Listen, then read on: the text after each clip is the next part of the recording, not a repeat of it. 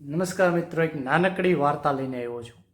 હવે એકવાર એક શાળામાં એક ઉપરથી સાહેબ આવે છે એક્ઝામ લેવા માટે અને બાળકોને એક સૂચના આપે છે કે તમને હું 10 પ્રશ્ન આપીશ, તમારે 9 મિનિટ એ પ્રશ્નો વાંચવાના છે અને 1 મિનિટમાં બધા પ્રશ્નોના જવાબ આપવાના છે.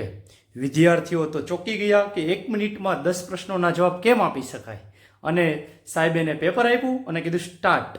હવે વિદ્યાર્થીઓ તો એક પછી એક પ્રશ્ન વાંચવા માંડ્યા. પ્રશ્ન ખૂબ સહેલા હતા કે તારા પપ્પાનું નામ શું છે, તારા મમ્મીનું નામ શું છે, તારા દાદાનું નામ શું છે, તારા ગામનું નામ શું છે. અને તો વિદ્યાર્થી બધી સૂચના ભૂલી ગયા અને પેપરમાં સાથોસાથ જવાબ લખવા માંડ્યા. એક બાળક એવો હતો કે જેણે વિચાર્યું કે સાહેબે એમ કીધું છે કે 1 મિનિટમાં જ પ્રશ્નોના જવાબ આપવાના છે, તો પહેલાં એકવાર હું વાંચી જાઉં. અને છેલ્લે 10મો પ્રશ્ન પહોંચ્યા ત્યારે 10મો પ્રશ્ન એવો હતો કે ઉપરના એક પણ પ્રશ્નનો જવાબ આપવાનો નથી, 10મા પ્રશ્નનો જ જવાબ આપવાનો છે. અને ઉપરના બધા વિદ્યાર્થીઓ જેણે જવાબ આપી દીધા હતા એ ફેલ થયા અને એક જ બાળક પાસ થયો.